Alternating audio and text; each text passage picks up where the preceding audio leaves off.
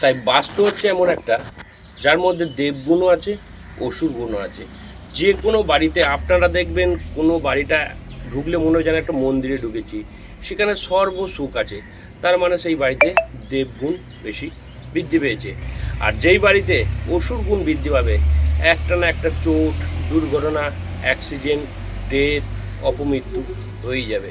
তাই আমি আপনাদেরকে বলবো, যারা বাস্তু নিয়ে জানতে চান, আমার এই আমার এই চ্যানেলটাকে লাইক করুন, কমেন্ট করুন, সাবস্ক্রাইব করুন। মেন ব্যাপারটা কি হয় জানেন, বহু টাকা দিয়ে আমরা বাড়ি করি, আমরা সঠিক দিক জানি না। একটা বাড়িকে আমরা কোনাকুনি ব্রহ্মস্থানে মাঝখানে দাঁড়িয়ে বলি, কোণে কোণে বলি ঈশান কোণ, ওই কোণে বলি অগ্নিকোণ, ওই কোণে বলি নৈঋত কোণ, এই কোণে বলে বায়ু কোণ। আদৌ আমাদের সঠিক জ্ঞান থাকে না, যার জন্য আমাদের সমস্যা হয়।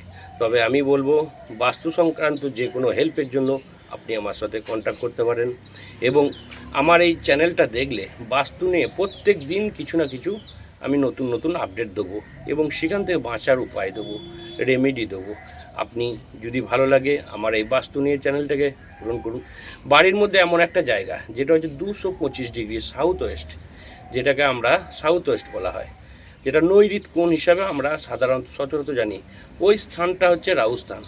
কোনো কারণবশত ওই স্থান খারাপ হলে স্বামী স্ত্রীর সম্পর্ক খারাপ হবে, সমস্ত রিলেশন খারাপ হবে, বা বা ওই স্থানে কোনো কারণবশত টয়লেট বা এই সমস্ত হলে নানা রকম সমস্যা হবে, বাচ্চা হতে চাইবে না এবং বাচ্চাদের বিকাশ হতে চাইবে না।